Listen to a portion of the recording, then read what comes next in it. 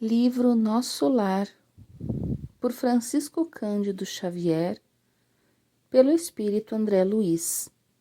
43. Em conversação. O Ministério da Regeneração continuou cheio de expressões festivas, não obstante se haver retirado o governador ao seu círculo mais íntimo. Comentavam-se os acontecimentos. Centenas de companheiros se ofereciam para os trabalhos árduos da defensiva, assim correspondendo ao apelo do grande chefe espiritual. Procurei Tobias para consultá-lo sobre a possibilidade do meu aproveitamento. Mas o generoso irmão sorriu da minha ingenuidade e falou: André, você está começando agora uma tarefa nova. Não se precipite solicitando acréscimo de responsabilidade. Haverá serviço para todos, disse-nos ainda agora o governador. Não se esqueça de que as nossas câmaras de retificação constituem núcleos de esforço ativo dia e noite. Não se aflija. Recorde que 30.000 servidores vão ser convocados para a vigilância permanente. Destarte, na retaguarda, serão muito grandes os claros a preencher. Identificando-me o desapontamento, o bondoso companheiro bem-humorado acentuou depois de ligeira pausa. Contente-se com a matrícula na escola contra o medo. Creia que isso lhe fará enorme bem. Nesse ínterim, recebi grande abraço de Lísias, que integrara na festa a deputação do Ministério do Auxílio. Com a licença de Tobias, retirei-me em companhia de Lísias para gozar de palestra mais íntima. Conhece você, indagou ele, o ministro Benevenuto aqui na Regeneração, o mesmo que chegou anteontem da Polônia? Não tenho esse prazer. Vamos ao seu encontro, replicou Lísias, envolvendo-me nas vibrações do seu imenso carinho fraterno. Há muito que tenho a honra de incluí-lo no círculo das minhas relações pessoais. Daí a momentos estávamos no grande recinto verde, consagrado aos trabalhos desse ministro da Regeneração, que eu apenas conhecia de vista. Numerosos grupos de visitantes permutavam ideias sob a copa das grandes árvores. Lísias conduziu-me ao núcleo maior, onde Benevenuto trocava impressões com diversos amigos, apresentando-me com generosas palavras. O ministro acolheu-me, cortês, admitindo-me na sua roda com extrema bondade. A conversação continuou nos rumos naturais, e notei que se discutia a situação da esfera terrestre. Muito doloroso o quadro que vimos, comentava Benevenuto em tom grave. Habituados ao serviço da paz na América, nenhum de nós imaginava que fosse o trabalho de socorro espiritual nos campos da Polônia. Tudo obscuro, tudo difícil. Não se podem ali esperar claridades de fé nos agressores, tampouco na maioria das vítimas, que se entregam totalmente a pavorosas impressões. Os encarnados não nos ajudam, apenas consomem nossas forças. Desde o começo do meu ministério, nunca vi tamanhos sofrimentos coletivos. E a comissão demorou-se muito por lá? Perguntou um dos companheiros com interesse. Todo o tempo disponível, ajuntou o ministro. O chefe da expedição, nosso colega do auxílio, julgou conveniente permanecermos exclusivamente atidos à tarefa para enriquecermos observações e melhor aproveitar a experiência. Com efeito, as condições não poderiam ser melhores. Acredito que nossa posição está muito distante da extraordinária capacidade de resistência dos abnegados servidores espirituais que ali se encontram de serviço.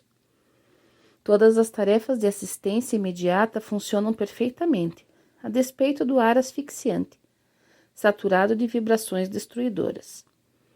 O campo de batalha, invisível aos nossos irmãos terrestres, é verdadeiro inferno de indescritíveis proporções.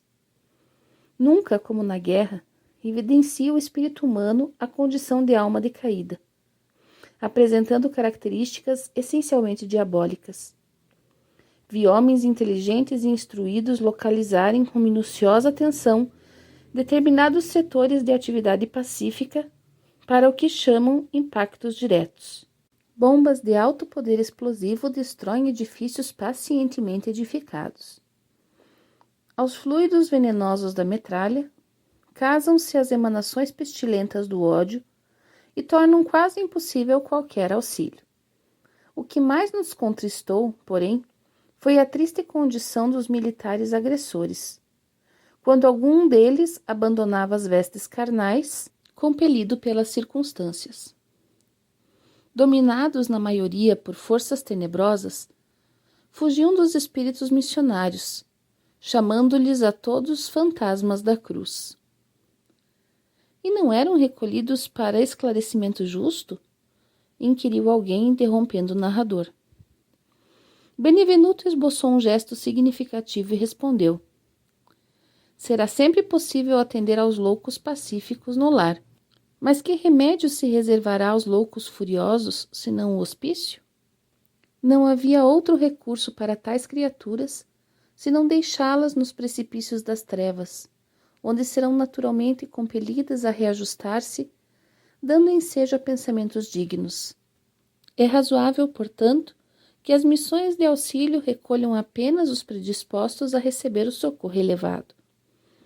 Os espetáculos entrevistos foram, portanto, demasiadamente dolorosos por muitas razões.